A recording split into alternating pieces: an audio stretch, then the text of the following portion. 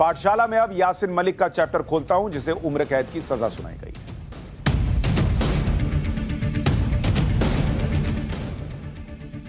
प्रतिबंधित संगठन Jammu Kashmir liberation front के चीफ यासीन मलिक को टेरर फंडिंग के 2 मामलों में उम्र कैद की सजा सुनाई गई। पटियाला हाउस कोर्ट ने यासीन मलिक को कुल 9 धाराओं में सजा सुनाई। इसके अलावा यासीन मलिक पर 10 लाख रुपए से ज्यादा का जुर्माना भी लगाया गया है। धारा 120B के तहत 10 साल की सजा और 10,000 का जुर्माना, धारा 121 में उम्र कैद और 10,000 जुर्माना, 121A में 10 साल सजा और 10,000 जुर्माना और UAPA की धारा 13 में 5 साल की सजा और 5,000 का जुर्माना लगा है। इसी UAPA की धारा 15 में 10 साल की सजा और 10,000 का जुर्माना भी लगाया गया। UAPA की धारा 17 में उम्र कैद और 10 लाख का जुर्माना लगा है। UAPA की धारा 18 में 10 साल की सजा और 10,000 का जुर्माना लगा है। UAPA की धारा 20 में 10 साल की सजा और 10,000 का जुर्माना और UAPA की धारा 38 में 5 साल की सजा और 5,000 का जुर्माना लगा है। UAPA की धारा 39 में 5 साल की सजा और 5,000 का जुर्माना लगा है। यासिन मलिक के खिलाफ टेरर फंडिंग का जो केस था, उसमें NIA की जांच में पता चलता था कि जुलाई 2016 में बुरहान वानी के एनकाउंटर के बाद कश्मीर में 4 महीने तक हिंसा फैलाने में यासिन मलिक के बनाए जॉइंट रेजिस्टेंस लीडरशिप का हाथ था। यासिन मलिक ने 2016 में बड़े पैमाने पर हिंसक प्रदर्शनों का जो प्लान बनाया था, उसमें पत्थरबाजी के 89 मामले शामिल थे। यासिन मलिक के घर पर NIA की जो रेड पड़ी थी, उसमें एक नोट मिला था जिसमें अलग अलग आतंकवादी संगठनों के लोगों के साइन थे। कोर्ट में यह बात कही गई कि यासिन मलिक ने ऐसा सेटअप बनाया था जिससे कश्मीर में आजादी के नाम पर पूरी दुनिया से रकम जुटाई जा सके। कश्मीर के एक कारोबारी जहूर अहमद बटाली के जरिए हवाला कारोबार से पाकिस्तान ISI से पैसे लिए गए। UAE में शेल कंपनियां बनाई गई और पैसा अलगाववादियों तक पहुंचाया गया। NIA के मुताबिक यासिन मलिक ने न सिर्फ पाकिस्तान से रकम जुटाई, बल्कि 15 करोड़ की बेनामी प्रॉपर्टी भी कश्मीर में खरीदी। यासिन मलिक लगातार पाकिस्तान की खुफिया एजेंसी ISI के संपर्क में था और यासिन मलिक की पत्नी, जो पाकिस्तानी नागरिक है, वो पाकिस्तान में ISI की बेहद करीबी है। 2014 से पहले शायद आपने टेरर फंडिंग शब्द की उतनी चर्चा भी नहीं सुनी होगी, लेकिन मोदी सरकार आने के बाद आतंक के इकोसिस्टम पर चोट की गई, जिसमें आतंक के हमदर्दों का हिसाब किताब किया जाने लगा। इसी में टेरर फंडिंग पर भी मोदी सरकार ने स्ट्राइक की। 2017 में मोदी सरकार ने कश्मीर में टेरर फंडिंग के केस ओपन किए। इनकी जांच NIA को सौंपी। NIA ने इस पर FIR दर्ज की। फिर FIR में यह कहा गया कि कश्मीर में अलगाववादियों को पाकिस्तान में हाफिज सईद और सैयद सलाउद्दीन जैसे आतंकियों से पैसा मिलता है। पाकिस्तान के आतंकियों से मिली रकम से अलगाववादी कश्मीर में पत्थरबाजी करवाते हैं, स्कूलों में आग लगवाते हैं, हड़ताल करवाते हैं और विरोध प्रदर्शन करवाते हैं। इन्हीं केस में NIA ने यासिन मलिक, आसिया अंद्राबी और शब्बीर शाह जैसे अलगाववादियों को गिरफ्तार किया और इन्हें जेल में डाल दिया। 2014 से पहले इन्हीं यासिन मलिक जैसे लोगों को खुली छूट थी। इन्हें कोई हाथ नहीं लगाता था। यहां तक कि इन्हें PMO में बुलाकर बात की जाती थी। तस्वीरें हैं, प्रधानमंत्री मनमोहन सिंह उस वक्त थे और यासिन मलिक के साथ मुलाकात हो रही। दूसरी सरकारों में भी हुआ, ऐसा नहीं है कि खाली इन्होंने किया।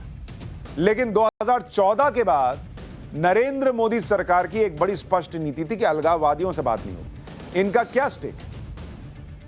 ये जो तस्वीर आप देख रहे हैं, ये 2006 की है। तब देश के तत्कालीन प्रधानमंत्री मनमोहन सिंह प्रधानमंत्री आवास में आतंकी यासिन मलिक से मिल रहे हैं, उससे हाथ मिला रहे हैं, जिसे आज सजा हुई है टेरर फंडिंग मामले में।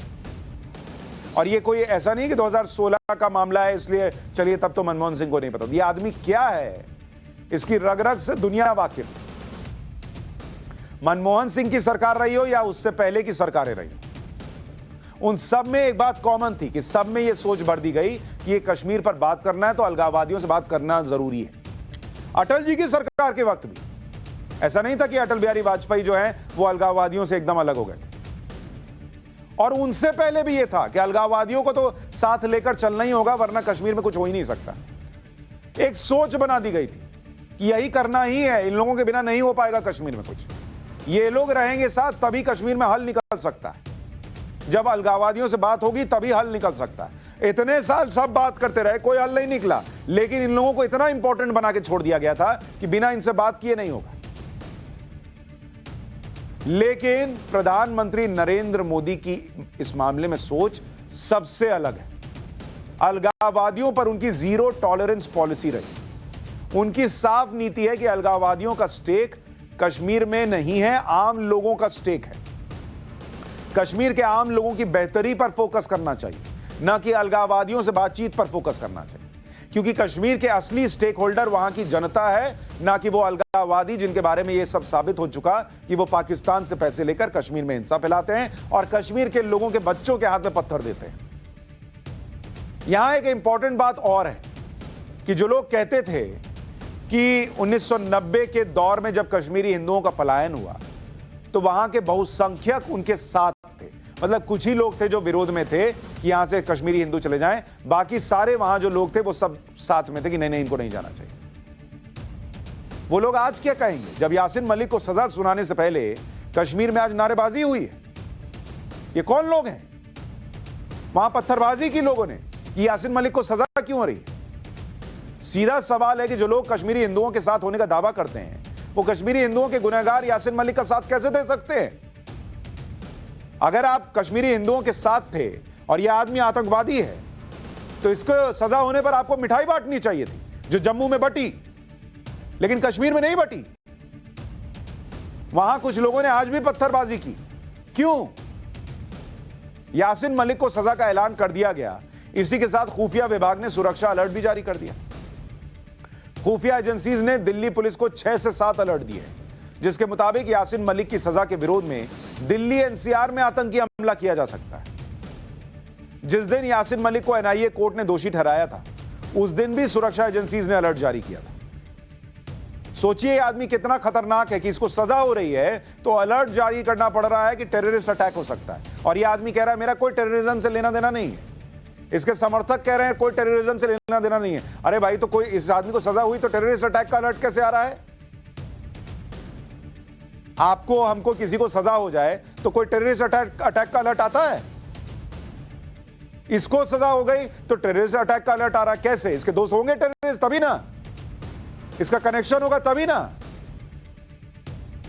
अलर्ट के मुताबिक यासीन मलिक के समर्थक और उसके करीबी आतंकी संगठनों के चीफ पाकिस्तान में बैठे बैठे दिल्ली एनसीआर पर आतंकी हमले की योजना बना रहे हैं। इस अलर्ट के बाद दिल्ली में एंटी टेरर मेजरमेंट लिए जाने लगे।